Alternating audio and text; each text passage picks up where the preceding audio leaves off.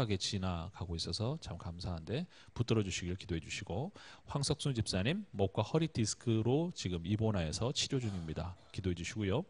정희숙 전사님이 어제 3차 항암 주사를 맞았습니다. 아직 열이 떨어지지 않아서 지금 입원 중인데 아마 오늘쯤 퇴원하지 않을까 그렇게 생각됩니다. 우리 교구 식구들 가운데 있는 급한 기도 제목을 있는 이 세 분들을 위해서, 우리 자신과 마을을 위하여서, 그리고 우리 교구 안에 있는 우리 성도들을 위해서 우리 합심하여 같이 기도하겠습니다. 좋으신 하나님 아버지, 은혜를 감사합니다. 주님, 주께서 우리의 마음과 우리의 생각을 지켜주시고 또 인도하여 주셔서 하나님, 우리의 모든 마음에 품는 소원들, 생각들, 또 우리가 말하며 나누는 우리의 모든 예수 마을이 주님이 기뻐하실 모양으로 나아갈 수 있기를 소원합니다. 성령 하나님의 은혜 베풀어 주셔서 하나님, 우리 자신이 주의 말씀으로 충만해지게 하시고 주의 은혜를 사모하는 마음으로 더욱 달려나가도록 도와주시기를 소원합니다. 하나님 아버지, 또 우리 안에 있는 우리 안군일 자매님 주님 앞에 부탁을 드립니다. 아버지, 4차 항암 치료를 잘 지나가해 주셔서 감사합니다. 이제 방사선 치료를 앞두고 있는데 주님 은혜 베풀어 주셔서 건강한 체력으로 회복되게 하여 주옵소서. 황석수 집사님 목 디스크가 심각하다고 들었습니다. 주님, 이 치료 과정 가운데 함께해 주셔서 하나님을 향하여 또 믿음으로 이겨낼 수 있는 기회가 되게 하시고 건강한 모습으로 주님을 섬길 수 있도록 주님께서 그 연약한 육체를 위하여 주옵소서. 정희숙 전사님 3차 주사를 어제 맞았습니다. 주님, 열이 떨어지지 않고 있는데 주님 다스려 주시옵고 그분 안에 있는 예수 그리스도께서 또 함께 치료 중에 있는 여러 많은 사람들에게 그분 예수님이 또 보여줄 수 있도록 주님 사용하여 주옵소서. 이어서 기도하겠습니다. 담임 목사님 지금 GMF 포럼으로 이제 끝나고 이제 연구하는 시간을 갖고 계시는데 돌아오는 금요일까지 건강과 안전을 지켜주시고, 교육목회 내부 컨퍼런스가 5월 25일 날 진행이 되는데 이 준비에 차질이 없도록 자원하는 사람들 일으켜 주시고 또 함께하는 사람들이 이 철학을 공유할 수 있도록 도와주옵소서. 봄 대신방이 진행 중입니다. 4월 16일부터 18일까지 5마을이 봄 대신방을 받습니다. 하나님께서 또 귀한 돌봄과 격려가 일어날 수 있도록 도와주옵소서. 그리고 김남희 선교사님 의식이 돌아와서 이제 의식이 돌아왔는데 지금 치료 과정 중에는 목으로 물과 이 음식물 넘기는 부분이 지금 제대로 작동되고 있지 않습니다. 그래서 이 삼키는 기능이 다시 회복될 수 있도록 위해서 기도해 주십시오. 한국 사회에 뿌리내리는 이슬람 세력에 대해서 영적인 분별력을 가지고 대처할 수 있도록 목회 현안과 그리고 나라와 선교사님들을 위해서 우리 합심하여 기도하겠습니다. 좋으신 아버지, 감사합니다. 담임 목사님에게 성령 충만함으로 더하여 주시고 아버지 말씀을 사모하고 또 나가야 될 한 걸음 한 걸음 주님의 뜻을 쫓아 나가려 할 때에 주님께서 이번 한 주간 동안 갖는 이 시간 가운데 주님 놀라운 지혜들을 또 허락하여 주시기를 주 앞에 간구를 드립니다. 하나님 아버지, 또 이제 저희들이 교육목회 내부 컨퍼런스를 준비하고 있습니다. 자원하는 심령으로 준비하는 사람들이 모여지게 하여 주시옵고 또 참여하는 많은 사람들이, 특별히 우리 중직자들이 귀한 목회 철학에 아버지 더 많은 공유가 일어날 수 있도록 도와주옵소서. 향기로 마을, 정금 마을, 열매 마을, 남매 마을, 사랑 마을, 이 5개 마을에 봄 대신방을 또 진행합니다. 주님, 구체적인 돌봄이 일어날 수 있도록 우리 사역자들에게 은혜를 베풀어 주시고 함께 돌보며 만나는 그런 귀한 자리가 하나님 정말 우리 주님께서 함께 하시는 자리가 될 수 있도록 은혜를 더하여 주옵소서. 김남희 선교사님에게 은혜를 베풀어 주셔서 아버지 물을 삼키는 그런 기능이 다시금 정상으로 돌아올 수 있도록 도와주셔서 건강하게 그가 사랑하고 그를 사랑한 사람들과 만날 수 있도록 은혜 주시기를 소원합니다.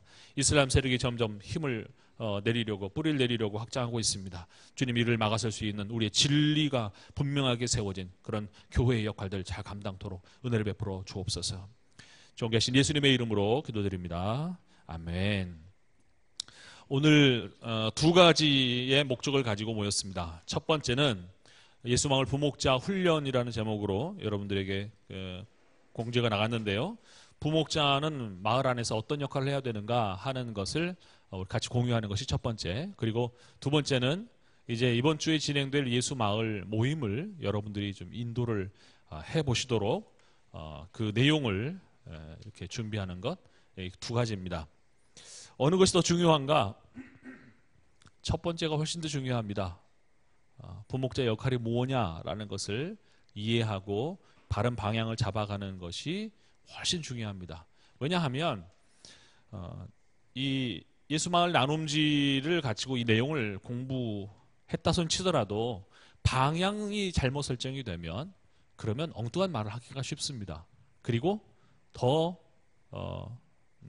그렇게 가지 않아야 되는데 이런 일들이 일어납니다. 이거 후딱 나누고 우리 하고 싶은 이야기 하자. 이렇게 갈 수 있습니다. 그래서 예수 마을은 도대체 뭔가 무엇으로 이해해야 되는가 하는 것을 같이 나누는 게 훨씬 중요합니다. 자, 예수 마을 부목자 세미나 내용을 우리 같이 한번 보겠습니다. 자, 첫 번째, 부목자의 마을에 대한 인식이 중요하다라고 그랬습니다. 예수 마을 다양한 이해를 가질 수 있습니다. 교회 안에 대그룹으로 모이고 또 소그룹으로 모인다. 그냥 우리 예전에 했던 것처럼 우리는 그냥 구역 모임 중에 구역 모임의 다른 이름이다. 구역 모임의 다른 이름이다. 그럼 구역 모임이란 뭐냐? 교회 다니는 사람들이 같은 지역이든지 아니면 또래든지 그렇게 모여 있는 그런 그냥 또래 모임 혹은 지역 모임이다. 이렇게 이해를 하시는 분들이 많이 있습니다. 오늘 굵게는 세 가지를 같이 공유하기를 원합니다. 첫 번째는 같이 읽어보겠습니다. 시작. 예수 마을은 다리다. 예수 마을은 다리다. 다리가 있어야 건너가지요. 다시 말해 그 사이에 간격이 있다는 뜻입니다. 첫 번째는 사람을 사람과 연결하는 다리입니다. 누구와 누굴까요? 여기에 사람과 사람이라는 것은 김 씨와 이 씨. 교회 안에 특별히 여러분의 마을 구성원들 안에 그 사이에 사람과 사람을 연결하는 다리입니다. 다리예요. 그 마을을 통하여서 연결되는 것이요. 그래서 연초에 예수 마을이 이렇게 구성이 될 때 내가 모르는 사람이다라고 그렇게 주저할 이유가 없는 것이 그 사이에 새로운 다리를 놓아가는 기회인 거지요. 그래서 이 기회를 나는 늘 만나는 사람하고만 있겠다 하는 것은 주님께서 우리에게 주시려고 하는 복을 좁혀버리는 그런 생각이 됩니다. 두 번째, 사람을 하나님과 연결하는 다리입니다. 다리. 그래서 그 모임 안에 특별히 주님께서 우리에게 말씀하시기를 사도 바울을 통해서 말하기를 믿음은 뭐에서 나고? 믿음은 들음에서 나고 들음은 우리 주 그리스도의 말씀으로부터 말미암는다. 역으로 생각하면 주의 말씀이 우리 안에 있고 그리고 그 말씀을 들은 사람들의 또 다른 말을 통하여서 그 말을 듣는 사람의 심령 안에 믿음이 자라나게 됩니다. 믿음은 마냥 기다린다고 믿음이 생겨나는 게 아닙니다. 남편, 배우자를 위해서 기도하시는 분들이 제법 많이 있습니다.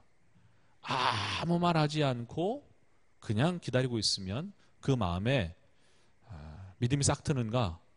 그럴 수 있습니다만은 가장 확실한 것은 믿는 자로서 우리 입술을 통하여 하나님이 어떤 분이신지 그분의 사랑이 무엇인지를 증거하는 그 귀에 들려지는 소리가 있어야만 그 마음이 움직여질 수 있습니다. 세 번째, 사람을 교회와 연결합니다. 여기 사람이라고 하는 것은 마을 안에 사람이 아니라 마을 밖에 있는, 교회 밖에 있는 사람입니다. 그러니까 전도의 교회 안에 전도의 최전방에 있는 그 역할을 할 수 있는 자리가 어디냐면 바로 우리 예수 마을입니다. 그래서 예수 마을은 한편으로는 지금 앞쪽에서 말씀드리는 것은 열려있는 모임입니다. 열려있는 모임, 또 그것을 지향합니다. 그래서 나도 같이 그 예수님 믿는 사람들 그 모임 안에 함께 하고 싶은데 해도 될까요? 아니면 또 이 모임에 한번 들어와 보세요 라고 그렇게 적극적으로 권장할 수 있는 자리가 예수 마을입니다. 물론 참 조심스럽습니다. 요즘 이제 하도 이단들이 막 이제 파고들려고 하고 또 신흥 이단이 있어요. 그 신옥주 씨라고 그분이 저기 대전에 있는 큰 교회 몇천 명 모이는 교회를 또 이렇게 접수했습니다. 그 목사님을 그 사모님을 포섭을 해가지고 사모님이 대놓고 남편을 반대하는 그런 시위도 하고 막 이래서 너무 시끄러워서 결국 그 목사님이 이제 사임을 하셨는데 참 안타까운 일입니다. 신천지만 있는 게 아니고요. 다른 여러 신흥이단들이 막 계속 일어나려고 해요.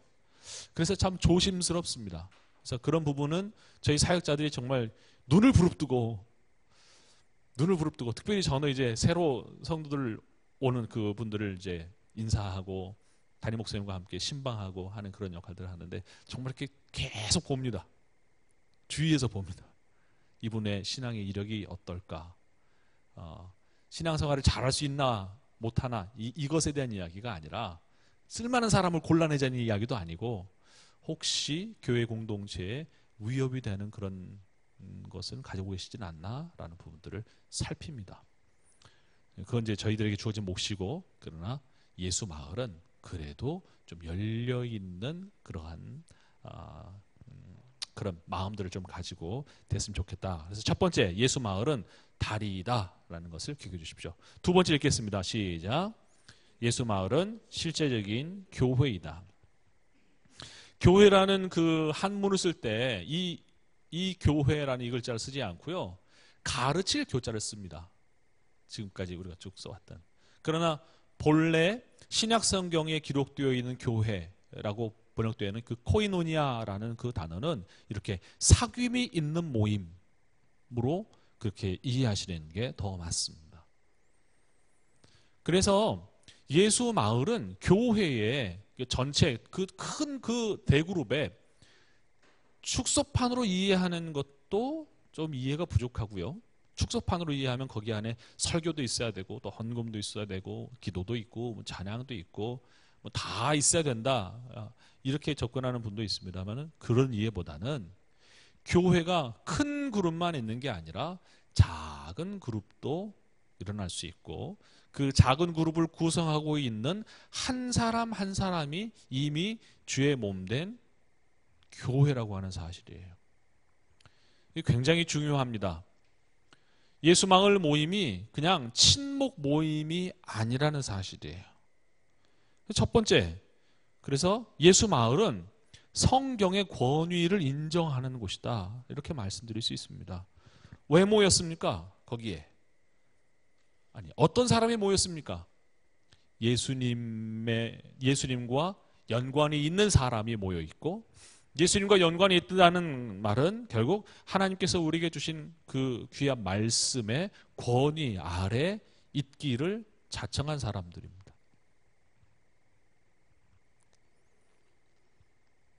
그래서 우리가 나누는 대화가 성경보다 더 위에 올라가지 않도록 이제 앞선 선임양 되신 우리 목자님과 부목자님들은 이것을 잘 보고 그렇게 넘어가지 않도록 진정시킬 필요가 있습니다. 뒤에 또 나오니까 말씀드릴게요. 두 번째, 예수 마을은 말씀이 살아있음을 경험하는 곳이다. 주일에 우리는 선포된 말씀을 듣습니다. 하나님의 말씀은 살아있고 운동력이 있어. 운동력이 있다 그랬습니다. 그 운동력이 있어. 혼과 영과 우리 골수와 관절 마디마디를 쪼개어 들어가면서 우리에게 어떤 영향력을 발휘하는 것이 하나님의 말씀인데 그 말씀이 언제 글이 되고 있는지를 확인하는가? 주일 설교를 듣는 그 자리로 끝나는 것이 아니라 그 말씀이 데살로니가서에 기록되어 있는 것처럼 베레아 사람들이 그들은 참 신사적이어서 참 진지한 사람들이어서 주의 말씀을 아멘으로 받고 그 말씀을 받은 이후에 돌아와서 말씀이 과연 그러한가 하여 날마다 말씀을 상고했다. 깊이 생각했다. 다시 곱씹었다. 이렇게 이야기를 하고 있어요. 그러니까 그 말씀을 가지고 그것이 과연 진리인가 깊이 생각하고 그러면 그 말씀을 따라 어떻게 순종해야 하는가라는 그런 구체적인 삶의 적용들이 일어나는 자리 아니 더 한 사람 한 사람 각 개인에게 맞게 적용되는 것을 들여다볼 수 있는 자리가 예수 마을입니다. 만약 이것이 없으면 매주 듣는 것은 있는데 살아내는 자리는 없습니다. 저는 개인적으로 참 이걸 안타깝게 생각합니다. 말씀의 홍수 속에 살면서 그 말씀을 따라 순종하는 것에 대하여 말씀이 우리 안에 어떻게 역사하시는지 그것을 우리가 들여다보는 그 기쁨을 우리가 많이 몰라요. 그리고 이렇게 이야기합니다. 그거는 개인적인 프라이버시인데요. 주의 말씀을 어떻게 들었는지, 그 말씀이 나에게 무엇이라고 그렇게 마음속에 새겨졌는지, 그래서 어떻게 시도해 보려고 하는지, 이런 부분들을 같이 나누고, 연약한 부분들을 위해서는 함께 기도하고, 잘된 것에 대해서는 함께 칭찬하고 격려하고 하는 그런 자리여야 한단 말이죠. 이 자리를 우리가 너무 우습게 여기는 나머지 정말 말씀을 따라 순종하는 그런 일들을 많이 우리가 거두어내지 못한다는 겁니다. 그러나 많은 분들이 뭔가 간증거리를 원해요. 여러분들이 지금까지 살아오면서 들으신 간증은 굉장히 큰 덩어리죠. 네, 아주 큰 덩어리입니다. 기도했더니 갑자기 암덩어리가 녹아져 없어졌다. 다 빠져나갔다. 기도했더니 주님 앞에 이렇게 기도했더니 병이 씻어지듯이 나았다. 병 낫고 학교 잘 가고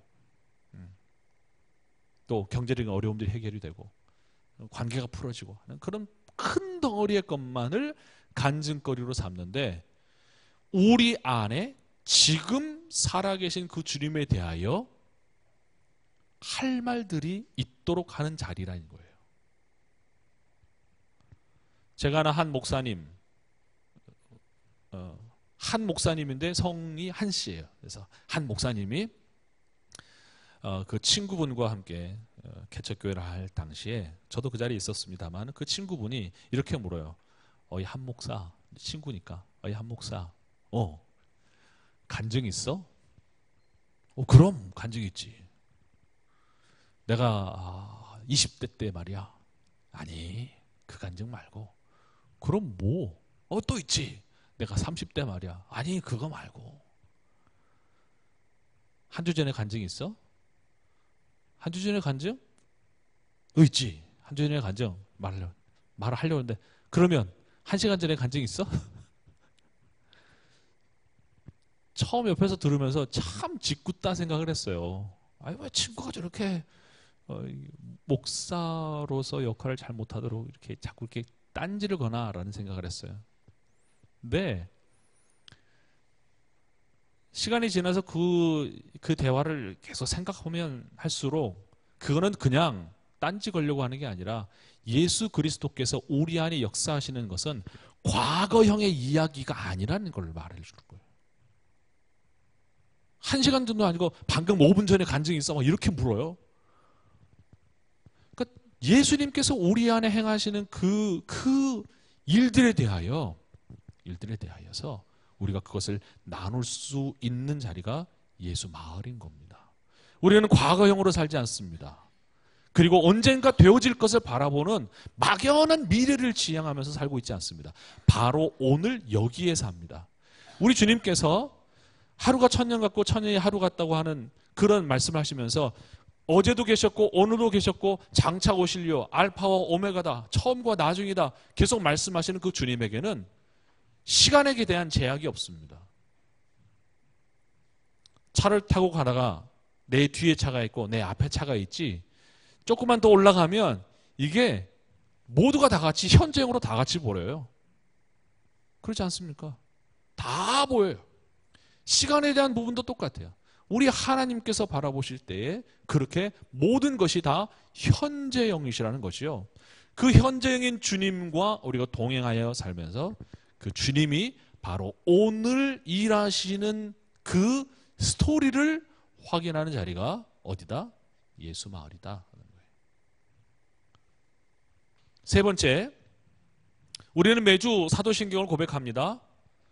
성령을 믿사오며 그 거룩한 공예와 그 다음 성도가 뭐 하는 것과 부목자이셔서 답을 이렇게 안 하시는 오늘만 잘 버티면 된다 이러시는 것 같아요.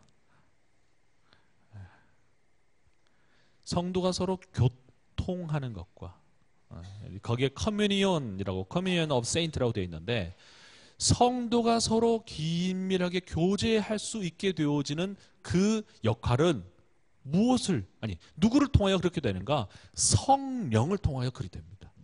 함께 모이는 자리에서. 이거는 마치 꼭 그 목걸이 꿰는 거랑 똑같습니다.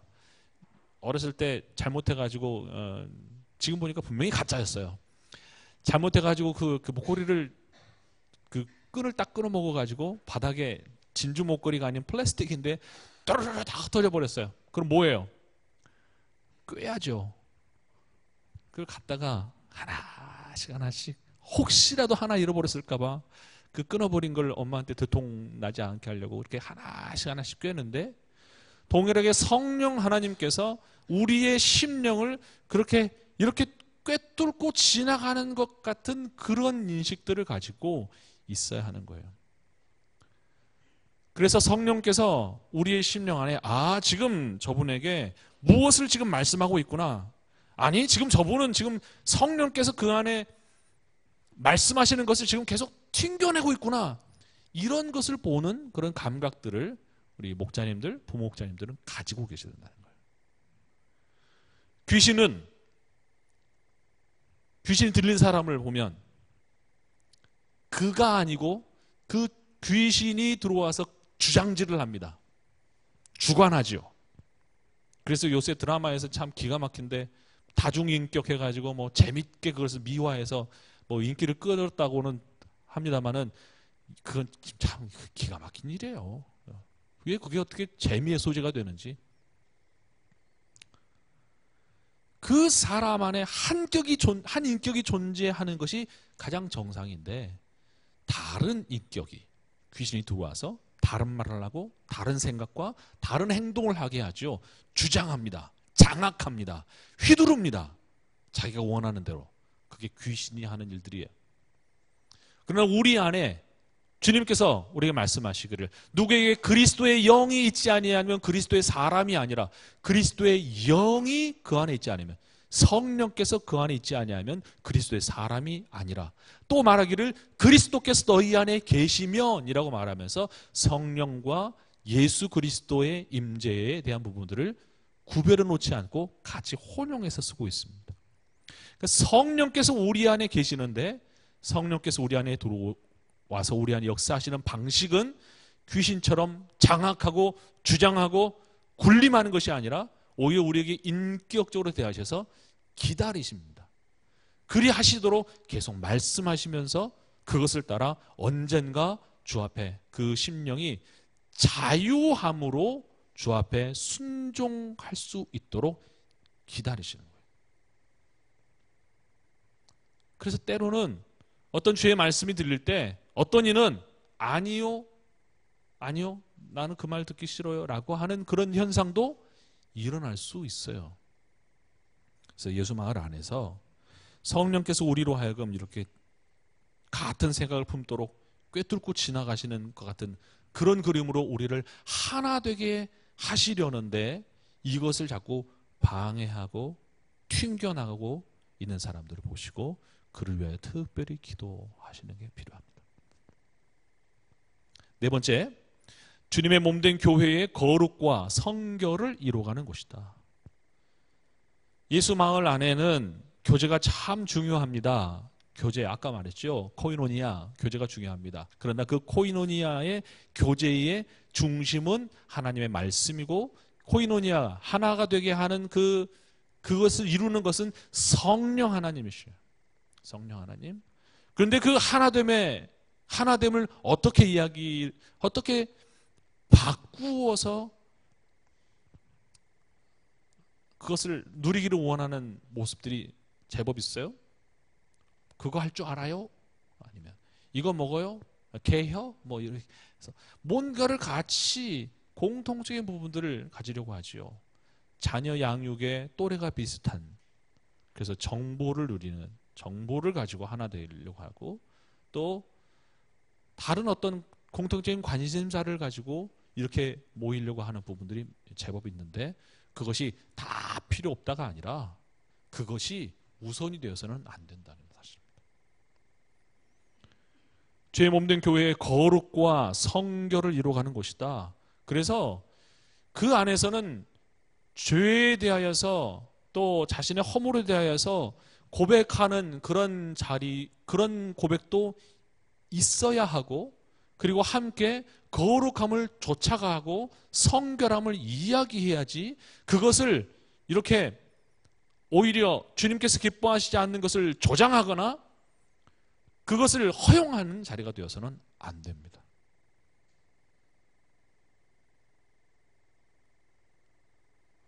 이미 여러분들이 불문율처럼 알고 있는 교회 안에 어떤 뭐 다단계라든가 이런 다른 것들로 모임이 변질되어 가지 않도록 양석 목사님도 강하게 말씀하시잖아요. 왜? 교회의 거룩과 성결을 이루어가는 그런 자리이기 때문에. 다섯 번째입니다. 허물이나 죄의 고백은 자기 것만. 제가 참 이게 참 부족해요. 참 부족해요. 이게 죄인 것을 주님께서 깨닫게 해주셨습니다. 저를 위해서 기도해 주십시오. 이럴 때 여러분 어떻게 하십니까? 어쩌다 그랬어. 하지 말지 왜 그랬어.가 아니라 말씀드렸죠. 성경, 주의 말씀의 권위 아래 모두가 다 같이 목자도 그 아래로, 부목자도 그 권위 아래로, 우리 목원들도 다 그 아래로 있는 겁니다. 말씀의 권위를 내가 가지고 있다. 그래서 내 말을 들어라 하면 당신은 얼마나 깨끗한데? 라고 이제 고개를 들게 되는 일들이 일어나게 되죠. 그래서 교회 안에 거룩을 이루어가는 부분에 너나 잘해라는 그런 표현이 나오게 됩니다. 주의 권위, 말씀의 권위, 말씀 아래서 제가 그 말씀 앞에 저도 부족하군요 라고 앞선 선임 양들이 먼저 그 말씀 앞에 들어갈 때, 말씀 아래 무릎을 꿇을 때 또 다른 사람들도 그것이 참된 권위인 줄 알고 그 뒤를 따라서 들어가는 게 되는 거죠. 누군가 다른 사람이 죄가 있는 것을 발견되었으면 그 죄를 위하여서 이것도 우리의 연약함입니다 라고 그와 함께 말씀 아래로 들어가는, 주의 은혜 아래로 들어가는 그런 모습을 이루어 갔으면 참 좋겠습니다. 근데 내 허물이 아니고 다른 사람의 단점, 부족한 거, 내가 들은데 누구 아무가 이랬대더라 저랬대더라, 이렇게 꼬리에 꼬리를 물고 이어가는 그런 이야기들은 절대 거기서 진행되어서는 안 됩니다.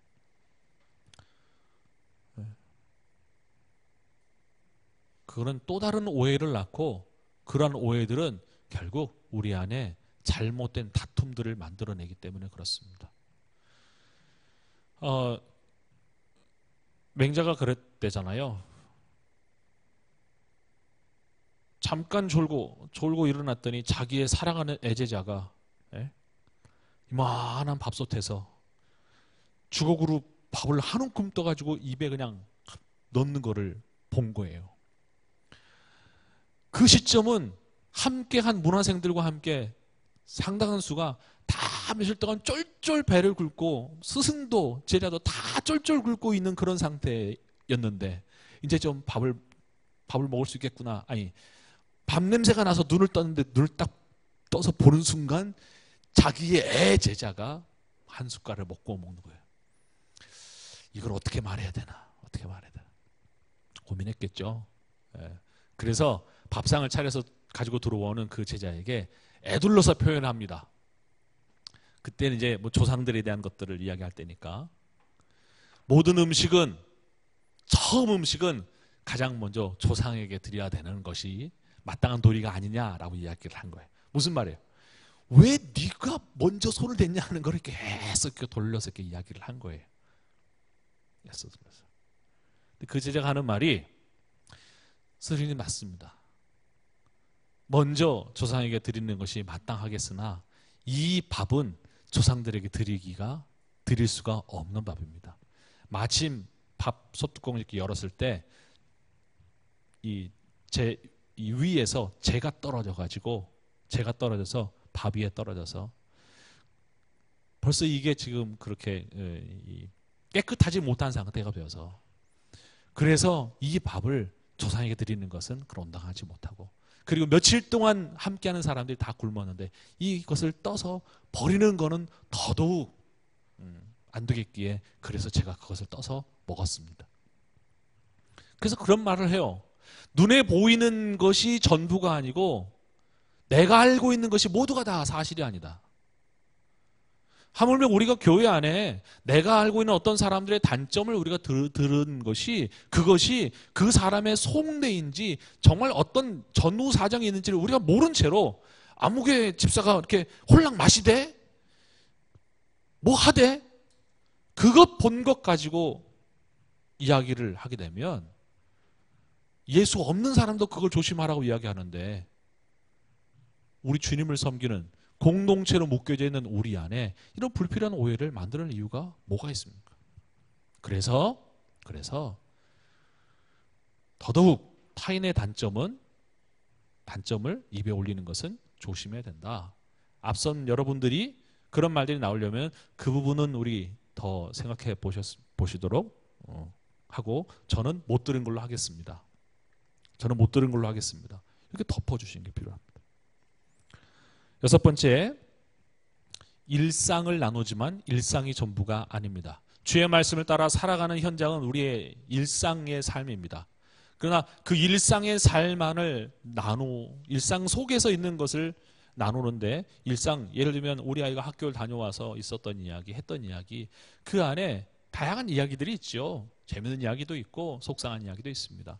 그런 이야기들을 나누면서 그 이야기 속에 우리 주님께서 그 이야기를 함께 듣게 하시는 이유가 뭘까 하는 것을 생각하고 그 속에 담겨진 우리 주님의 이야기들을 끄집어내는 자리가 되어야 되는데 그냥 막 그것만 가지고 그것을 전부로 삼아버리면 삶의 기회를 주신 그 기회가 우리 안에서 낭비될 확률이 높습니다. 그래서 일상을 나누지만 일상이 전부가 되지 않게 해라. 또 일상 속에서 주의 말씀을 가지고 나누는 자리이지 예수막을 공부지 하는 시간 끝!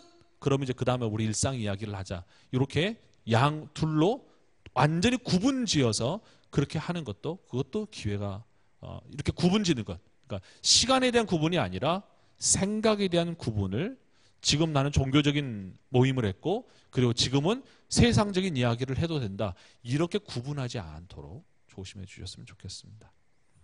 일곱 번째, 분열과 논쟁이 될 수 있는 교리 토론의 자리가 아니다. 자꾸 이런 질문이 있을 수 있습니다. 그러면 그런 질문은 들으시고 그 자리에 이야기가 나오면 제가 그 이야기는 따로 말씀을 드렸으면 좋겠습니다. 아니면 제가 우리 담당 목사님께 여쭤봐서 자세하게 분명한 근거를 가지고 제가 대답해 드릴게요. 지금은 적당한 자리가 아닌 것 같습니다. 라고 그렇게 지혜롭게 넘기셨으면 좋겠습니다. 자, 세 번째 같이 읽죠. 예수 마을은 시작. 네, 훈련의 장입니다. 무엇을 위한 훈련인가? 서로 돕고 서로를 격려하고 세우는 그런 훈련의 장입니다. 서로가 세워져야 합니다. 우리 자매님들의 신앙이 가장 확실하게 드러날 수 있는 자리는 어딜까? 저는 개인적으로는 좀 주방이라고 생각을 합니다. 왜요? 다양한 실력자들이 거기에 있게 되기 때문입니다. 주방에서 30년을 버텨오신 우리 베테랑이신 분과 이제 갓 운전을 시작한 신참내기 주부도 거기에 있습니다. 소금을 넣어서 데쳐야 될지 데친 다음에 소금을 간을 해야 될지 그런 것부터 시작해서 국물을 어떤 걸 내는지 어떻게 하는 것이 더 맛있는 것인지 다양한 경험들이 그 속에 있죠. 그런데 그 사람은 다시 말해 주님 안에서 우리가 섬기는 것을 계속 배워가는 사람이고 섬기는 기능을 익히기 전에 그가 존귀한 사람으로 세워져야 하는 자리입니다. 기능 때문에 그 존귀함이 소홀히 여겨지지 않도록 조심해야 합니다. 그래서 여러분의 마을 안에 누가 이미 그런 불문율을 정해놓으셨을 것 같아요. 식사를 할 때 너무 거하게 차리거나 아니면 이렇게 서로 이렇게 극과 극으로 비교되는 그런 일들이 되지 않도록 조심해 주셔야 합니다. 그래서 모두가 다 같이 존귀하게 여겨지고 있다라는 것을 다 같이 알 수 있도록. 다음 두 번째는 여러분 안에 훈련자로 세운 목자의 인도를 존중해야 합니다. 때로 부목자인 우리 자신과 목자의 생각이 다를 수 있습니다.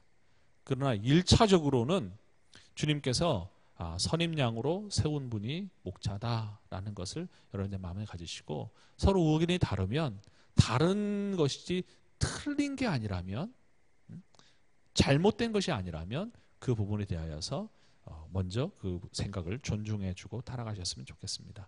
세 번째, 모든 식구들의 의견은 모두 소중하다고 느끼도록 격려해 주시기 바랍니다. 격려해야 됩니다. 그래서 이런 그 말 하셨죠. 나눠주셔서 고맙습니다. 들어주셔서 감사합니다. 그냥 해보는 게 아니에요. 정말 필요합니다. 네 번째, 신앙이나 일반적인 삶의 상담 외에는 상담이나 충고를 삼가해 주시기를 바랍니다. 대화의 벽이 쌓이는 그런 가장 빠른 길은 충고입니다.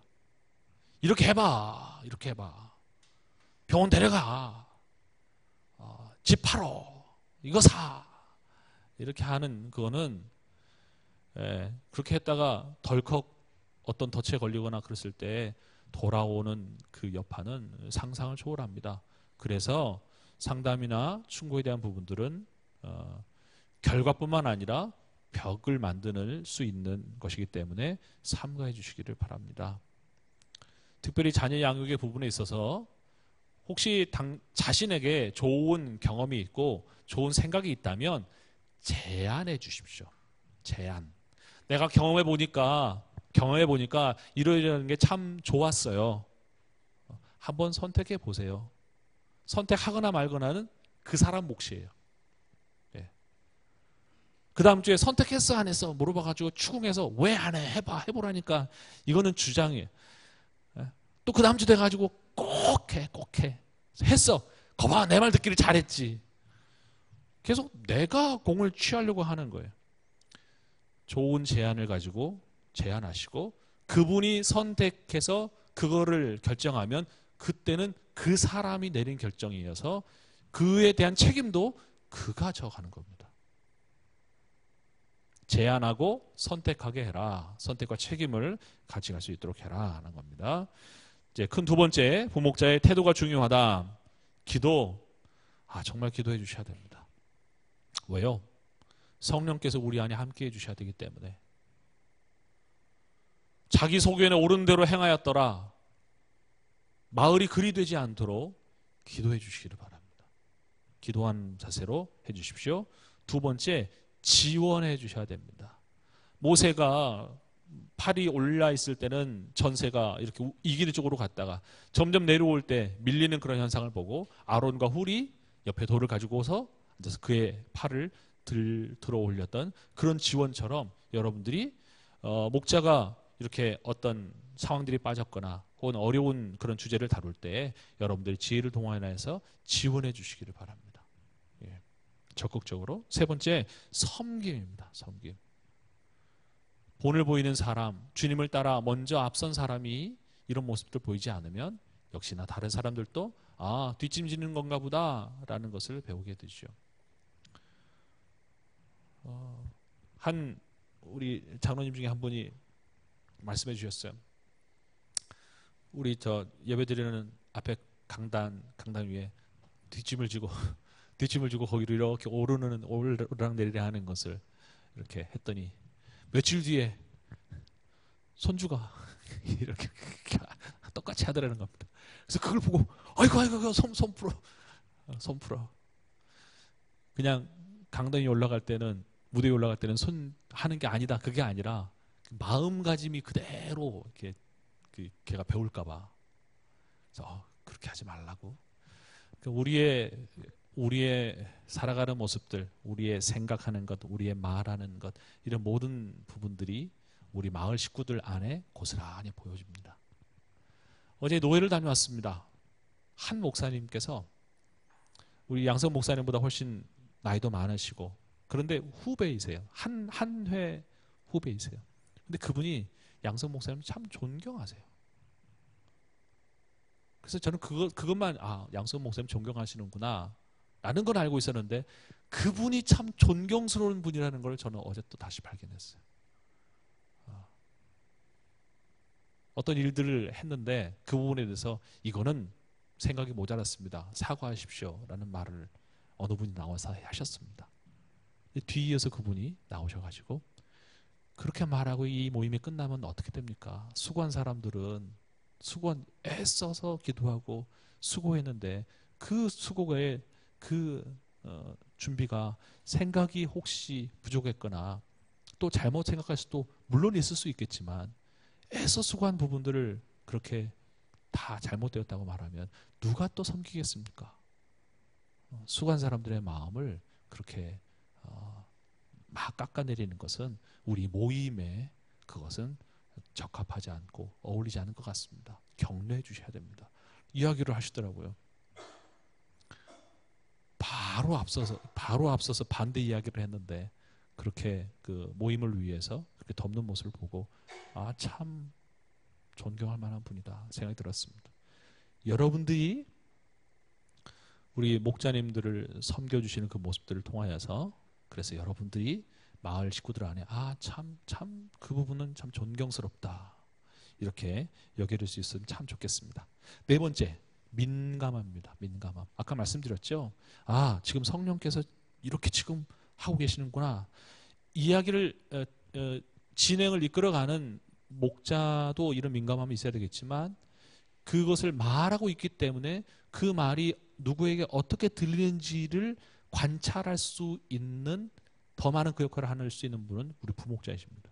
그래서 여러분들이 들으시면서 보면서 자신뿐만 아니라 함께 한 사람들을 살피고 저분 안에 지금 이 말씀이 이것이 이 두드림이 지금 저 안에 일어나고 있구나라는 것들을 볼 수 있는 그런 민감함으로 보셨으면 좋겠습니다. 또 혹시 누가 지금 마음에 담이 깊이 지금 쌓여있거나 멍이 들어서 지금 귀가 닫혀 있구나라는 것들도 여러분이 관찰하시면서 이렇게 살펴주셨으면 좋겠습니다. 다섯 번째, 책임입니다. 책임. 부목자 역할 뒷부분에 있습니다만 그런 역할들을 하셔야 될 책임이 여러분들에게 있습니다. 자, 뒷부분 부목자 역할 수행하기. 여기는 이제 우리가 하나씩 그냥 읽고 지나가죠. 같이 읽겠습니다. 1. 시작. 목자를 돕는 예수마을의 살림꾼 역할을 한다. 2. 목자와 마을 식구들을 위해 기도한다. 3. 필요할 때 목자를 대신하여 마을을 인도한다. 4. 매주 예수마을 모임 보고서를 작성하고 사진을 찍어서 교구 목사, 교구 권사 혹은 장로, 담임 목사에게 전송함으로 목회자에게 마을 식구들의 상황에 대해 자세히 알린다. 5. 중보기도실에 제출할 기도 제목을 적어 기도함에 넣는다. 6. 예수마을 식구들에게 주 1회 연락하여 다음 주 모임 장소를 확인하여 준다. 7. 이사, 애경사 등 사역자의 신방이 필요한 일들을 목회자에게 알린다. 8.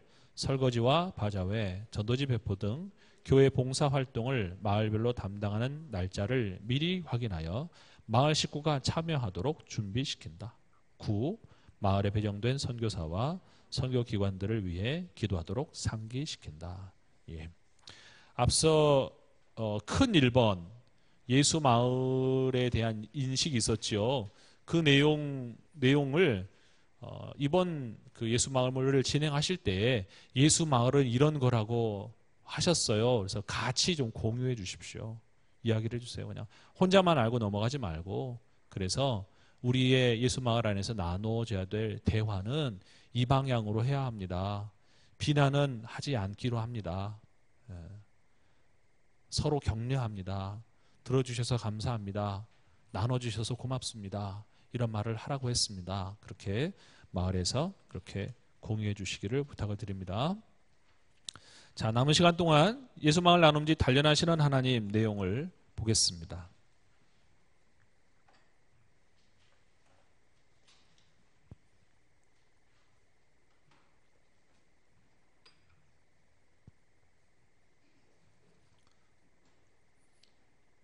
네, 못 받으신 분이 있는데요. 예, 들어오는 입구에 있지 않을까요? 예.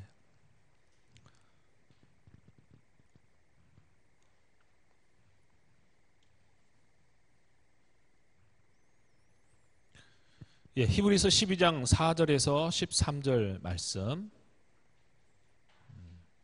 같이 읽죠.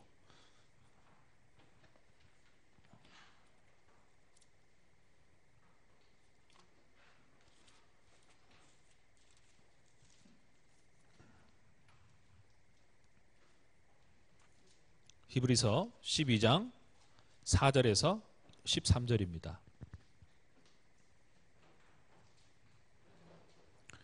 네, 한 절씩 번갈아 읽겠습니다. 너희가 죄와 싸우되 아직 피 흘리기까지는 대항하지 아니하고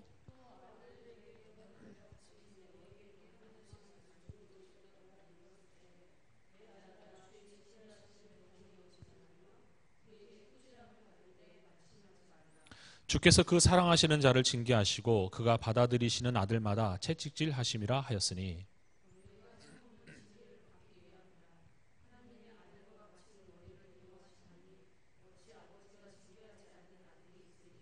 징계는 다 받는 것이거늘 너희에게 없으면 사생자요 친아들이 아니니라.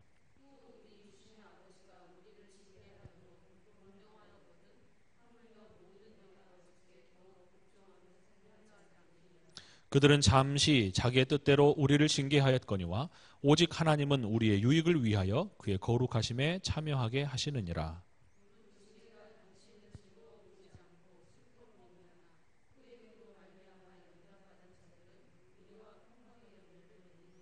그러므로 피곤한 손과 연약한 무릎을 일으켜 세우고 너희 발을 위하여 곧은 길을 만들어 저는 다리로 하여금 어그러지지 않고 고침을 받게 하라. 자, 요약된 내용들을 김지영 집사님 한번 읽어주시겠습니까? 메시지 기억하기.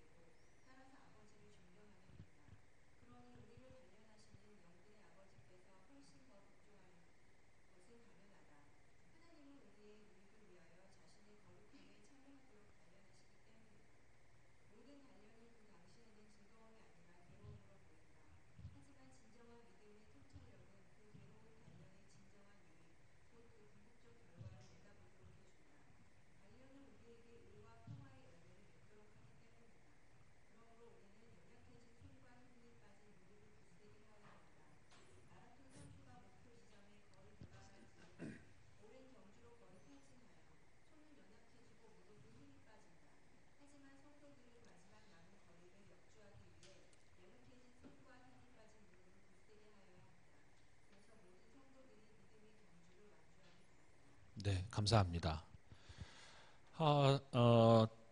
징계라는 단어를 단련이라는 말로 바꾸어서 우리에게 말씀을 전해 주셨습니다. 자, 메시지 반응하기 내용을 살피기 전에 제가 질문 한 가지 드리겠습니다. 왜 단련하실까요?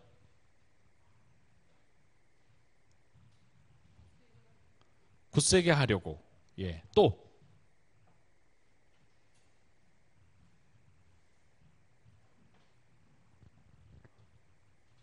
왜 단련하실까요?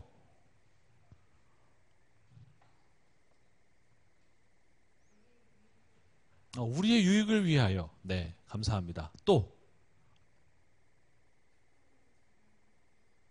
하나님의 자녀이기 때문에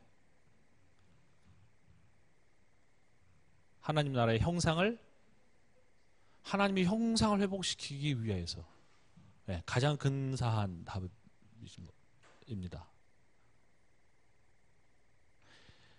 단련이라는 단어, 또 뭐 여기 있는 그대로 징계라는 단어, 싫습니다. 아유 귀찮아, 내비도 나 여기 이만큼 그냥 이대로 살래 라고 하시는 분들도 만나본 적이 있습니다. 내비도 예수님 믿었으면 됐지 뭐. 근데 생각해 보세요. 예수님 믿기 이전의 그 수준이 아니라 그 상태가 뭐였죠? 죄인이었죠. 그죠? 죄인이에요. 그 죄인이라고 하는 건 뭐예요? 죄를 계속 짓는 사람이겠죠. 근데 그 죄를 짓는 그 중심에는 뭐가 있었습니까? 하나님을 배척하고 하나님을 따라 사는 삶이 아닌 내가 주인이 되고 내 마음대로 사는 것이 익숙한 삶을 살아왔습니다. 그것이 아니구나. 이대로는 하나님 나라에 하나님께서 기뻐하시는 그 길로 나갈 수 없구나. 그런 절망을 깨닫고 하나님께서 허락하신 그 예수 그리스도, 우리에게 주신 그 산 길을 우리가 붙잡았죠. 아니, 그렇게 붙잡도록 하나님께서 우리에게 은혜를 주셨죠. 그래서 덧입습니다. 예수 그리스도의 은혜를. 그러나 여전히 무엇이 더 깊이 배어 있어요? 하나님이 없는 그 삶으로 사는 것이 계속 누적되어 있는 그런 삶을 살아온 거란 말이죠. 그래서 여기에 10절에 보시면 그의 거룩하심에 참여하기 위하여 또 우리의 유익을 위하여 라고 말씀하고 있지만 그 방향을 거꾸로 뒤집으면 반대로 보면 우리는 아직 그 거룩에 참여할 만한 모습이 아니고 우리의 삶에 의와 평화의 열매가 가득한 게 아니라 오히려 그 반대를 향한 불의와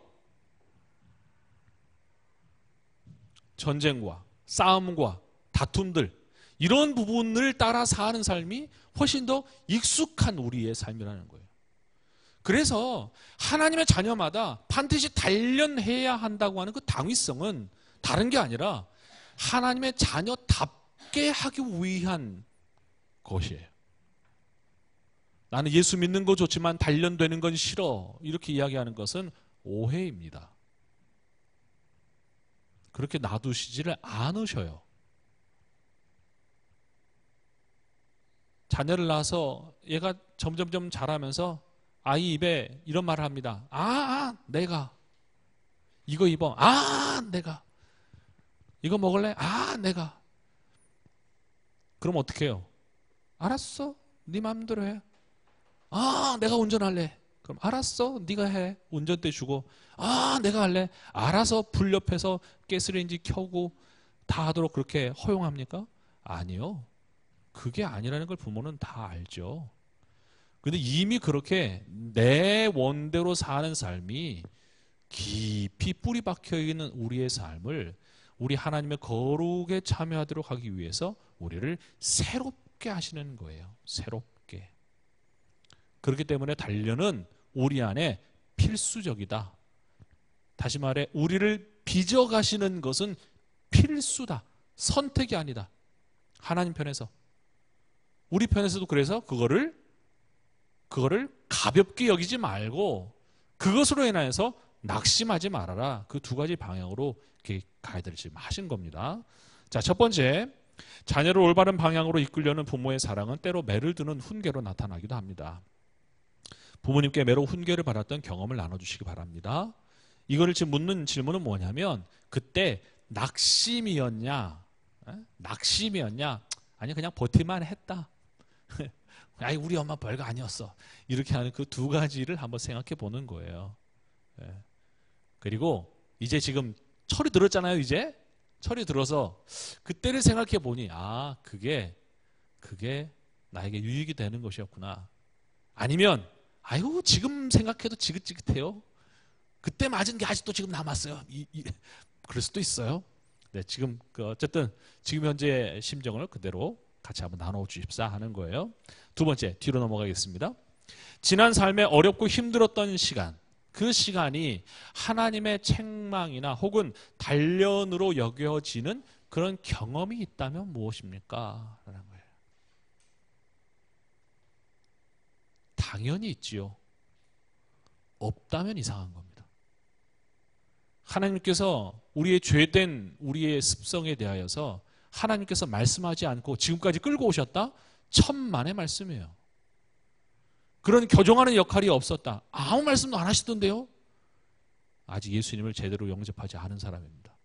아직 그 마음의 중심에 예수님이 들어와 계시지 않는 사람은 그렇게 말할 수 있습니다. 주님을 예수님을 나의 주인으로 모셔드렸다면 그 주님은 우리의 삶을 그대로 놔두실 수 없습니다. 야, 너 이거 어떡할래? 너 이 방 어떡할래? 예수님 내 마음의 주인, 내 마음의 주인인가? 그 얇은 책자가 있습니다. 그 책이 이렇게 이야기하죠. 담임 목사 모신다고 그러면, 신방 온다고 그러면 이제 다 때려넣죠. 한 방에 다 몰아넣고. 그러시지 않은 걸 알고 있어요. 그러나 어느 집은 다 몰아넣고 다른 딱 잠궈놓고 사용하는 곳 아님 이렇게 써놓겠죠. 열지 마시오. 그럼 이상하잖아요. 사용하는 방 아님. 근데 꼭 그런 모양으로 우리 주님이 우리의 마음 방에 들어오셔서 야, 여기 열어봐도 되니? 열었어. 여기 괜찮습니다. 그래도 좀 괜찮아요. 또 이 방은 이것도 좀 괜찮아요. 근데 여기는 주님 여기는 용도 폐쇄. 여기는 들여다보시면 안 됩니다. 여기는 하여튼 안 됩니다. 라는 그런 부분들의 갈등이 우리 마음 가운데 있는 게 정상이라는 거예요. 그 갈등이. 주의 말씀을 들었는데 갈등이 일어나지 않는다. 그거는 아직 주님을 제대로 만나지 않을 확률이 높습니다. 아주 높습니다. 그래서 2번, 내가 이렇게 힘들었고 고민스러웠고 참 어려웠던 그런 경험들 속에 주님이 나를 이렇게 단련하셨구나. 혹은 그때 나에게 너 그러면 안 되지 라는 그런 책망의 말씀이셨구나 라는 그런 경험들을 나누어 주시기를 바랍니다. 저의 경험을 말씀드리면 저는 도마 위의 생선의 심정을 많이 이해합니다. 목회를 하면서 사람들이 이래야 됩니다. 저래야 됩니다. 왜 그래요? 왜 그게 부족해요? 자꾸 이렇게 이야기할 때 그 모든 것들이 다 저에게 이제 상처였어요. 이렇게 깊이. 사람들의 말만 그런 게 아니라 내가 나를 봐도 이러면 안 되지 그러면서 확 긋는 거예요. 나를. 나는 자질이 부족한가 봐. 그래서 확 긋고. 나는 왜 설교를 이렇게밖에 준비 못했을까? 그러면서 또 확 긋고. 에이, 싸지 싸. 이런 말 들어 싸지. 수많은 상처를 스스로 입히고 있었어요. 그런 어려운 정말 아주 깊은 절망 가운데 내가 목회를 그만둬야 되는가 보다. 나는 사역자로는 자질이 없는가 보다라고 그렇게 깊은 바닥을 칠 때 주께서 말씀하시는 길을 야, 너 아직 중간고사도 안 봤다. 이렇게 말씀하시는 거예요. 주님 그게 무슨 말씀일까? 좀 이해가 되게 해주십시오. 야, 너 쪽지 시험 보고 기말 시험 본 것처럼 너 그렇게 포기하려고 그러냐? 무슨 뜻이에요? 로마서 말씀에 자기의 스스로 옳다 하는 것으로 자기를 정죄하지 않는 자가 복이 있다. 물론 그런 맥락은 아닙니다만 그게 툭 들어왔어요. 툭 들어왔어요. 나는 이게 옳다고 생각하고 이게 바람직한 거라고 생각하고 그것으로 주님 앞에 나 스스로를 계속 평가하고 잣대를 들이대고 했었는데 주님은 그렇게 말씀하시지 않으더라고요. 너는 내가 너의 기능 때문에 너를 선택한 게 아니고 너는 내가 너를 사랑해서 내 피를 흘려서 너를 샀지 네가 할 만한 사람이어서 그렇게 한 거 아니다. 주님 앞에 제가 자랑할 수 있는 것은 주님 제가 목사로 이렇게 사역했습니다. 그게 아니라 주님 주께서 저를 구원해 주셨습니다. 주님의 은혜입니다. 그것이 가장 존귀하게 우리 하나님께 찬양의 제목이 되고 그것이 우리 하나님 앞에 나를 세울 수 있는 유일한 그리고 가장 큰 이유가 될 겁니다. 그로 인하여서 그 후로도 많은 말들이 계속 들려오고 그랬지만 제가 스스로 그래 부족한 건 내가 알지. 그러나 처음 시작은 그보다 훨씬 더 못했잖아요. 왼수였는데요 하나님 앞에. 자녀로 부르시는 것도 모르고 왼수로 했던 사람이 이제는 뭔가 하나님의 자녀답게 살아보려고 지금 바둥거리고 있는데 그 모습이 귀하지 않겠습니까? 주님 조금 다시 해볼게요. 다시 해볼게요. 이렇게 일어날 수 있는 그런 귀한 레슨이 됐습니다. 이런 삶들을 나눠주십시오. 나눠주세요. 그래서 그 나눔이 우리 주님께 찬양이 되게 해주십시오. 그때 힘들었어. 이걸로 끝나지 않고 그래요. 그렇게 귀한 은혜를 주님이 주셨습니다. 라고 그렇게 마무리 지으시면 참 좋겠습니다. 자, 이제 3번이 현재형입니다. 하나님의 책망이나 단련을 통해서 나에게 하나님은 어떤 기대를 가지고 계실까라는 것을 생각해 보는 것이요. 성경은 목사님 말씀을 통해서 우리에게 우리의 유익을 위하여서 그의 거룩하심에 참여하도록 또 우리 안에 의와 평강의 열매를 맺어가도록 우리에게 그런 기대를 갖고 우리를 빚어가고 계신다라는 것이죠. 질문을 한 가지 거기에 덧붙인다면 그런 기대하시는 것을 위하여서 지금 주님은 나의 어떤 거를 지금 만지시고 계시는가? 어떤 부분을 지금 다듬고 계시는가? 이런 질문들을 덧붙여서 같이 해주시면 좋겠습니다. 그리고 4번 그런 나눔을 통해서 격려와 도전 혹은 교훈 아니면 어떤 결심을 하였는지 같이 나눠주십시오. 이 부분은 이제 그 5가지 중요하게 좀 조려주시는 게 필요합니다. 주님이 저에게 지금 참으라고 말씀하시는 것 같아요. 라는 그런 깨달음을 4번에서 그렇게 얻었다면 그러면 하나만 더 여러분을 위해서 제가 팁을 드리는 거예요. 참으라고 말씀하시는 것 같아요. 라고 이야기하면 그 참는다라는 게 언제까지? 몇 번을? 뭔가 좀 더 구체적이어야 하는 거예요. 똑같이 한 그 그룹에서 말씀을 나눴습니다. 말씀을 나누고 결론은 뭐였냐면 원수를 사랑하라 하는 큰 제목의 메시지를 같이 나눴어요. 그래서 어떤 교훈을 얻으셨습니까? 그랬더니 네, 원수를 사랑해야지요. 그러면 끝난 게 아니에요. 그럼 마음에 지금 원수로 생각하는 분이 누군데요? 제 남편이요. 정말 왼수예요. 남편. 왜? 아침에 자고 일어나면 거실에 그냥 소주병이 막 굴러다니는데요. 그리고 베란다에 소주병이 박스로 이렇게 채워지고 있대요. 이렇게. 그러니 아침에 일어나면 새벽기도 다녀와가지고 아침에 이렇게 보면 그 몰골이 너무 보기 싫대요. 그래서 늘 왼수해가지고 막 잔소리하고 화내고 막 이제 그러시고 이혼까지 생각할 정도로 60이 훨씬 넘으신 분인데. 그래서 그 말씀을 원수를 사랑하라는 말씀을 가지고 어떻게 하면 적용해 보기를 원하십니까? 그랬더니 화를 안 내야 되겠대요. 화를. 그래요? 그럼 화를 안 내기 위해서 한번 이렇게 해보시는 건 어때요? 싱크대에 이렇게 늘 설거지하는 그 자리에 눈에 잘 띄는 자리에 거기에 포스트잇을 한 장 붙여놓고 거기다가 내가 화를 몇 번 내는가 한번 적어보시는 게 어때요? 한번 목표를 정하시죠. 이번 한 주간 동안 남편에게 몇 번까지만 내가 화내겠다. 그래서 목사님 그럼 10번. 그러니까 훨씬 더 많았다는 이야기잖아요. 10번 정도면 제가 좀 참았다라고 그렇게 알 것 같습니다. 그래요. 한번 해보시죠. 위에서 기도해드리겠습니다. 기도하고 한 주간이 지났습니다. 목사님! 들어왔어요. 왜요? 뭐 나눌 소식 있어요? 목사님 꼭 하고 싶은 이야기가 있어요. 같이 모임에서 나누는 거예요. 제가 그 포스트잇에다가 5번이 안 되게 썼어요. 정자를 다 못 채웠대네.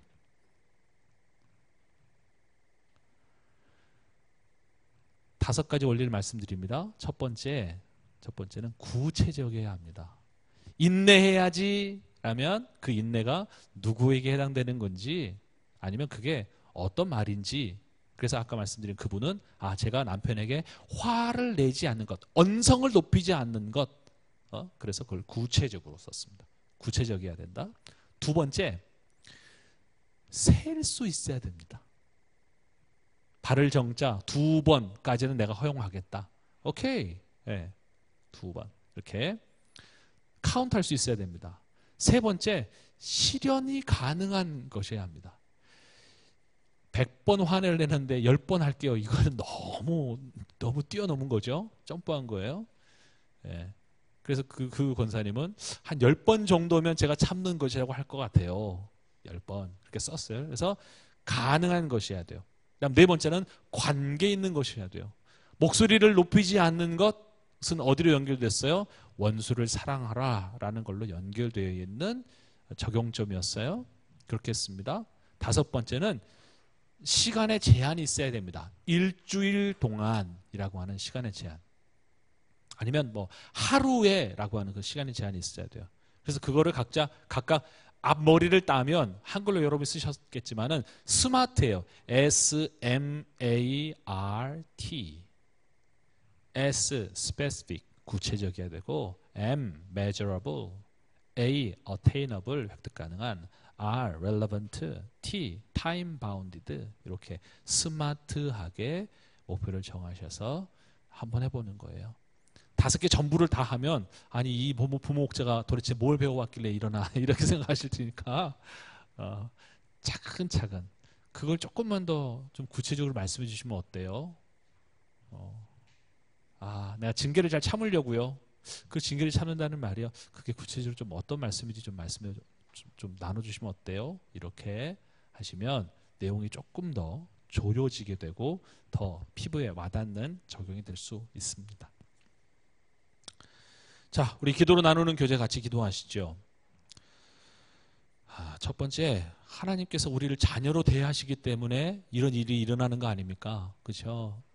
얼마나 이게 감사한지요. 낳아놓고 네 알아서 커라 이렇게 하지 않으시고 우리를 자녀로 계속 빚어나가시는 것을 인하여 우리가 감사하고, 두 번째, 주님 믿음의 경주를 끝까지 달려나갈 수 있는 힘을 저희들에게 주십시오. 우리 같이 두 가지 기도 제목 놓고 먼저 같이 기도하겠습니다. 좋으신 주님, 저희들을 하나님의 자녀로 부르시고 오늘도 그 자녀로 대하여 주셔서 감사합니다. 우리가 무언가를 할 수 있는 기능을 보고 주께서 부르신 것이 아니고 주께서 우리를 사랑하셔서, 우리에게는 그 이유를 설명할 방법이 없지만 주께서 우리를 사랑하셔서 우리를 자녀로 부르셔서 감사합니다. 주님, 그 사랑을 덧입은 자들로서 이제 우리 주님의 거룩에 참여하고 그리고 주님이 기뻐하시는 의와 평강의 열매를 맺아 우리 주님과 같은 모습으로 세워지기까지 힘차게 달려갈 수 있도록 주님 저희들에게 새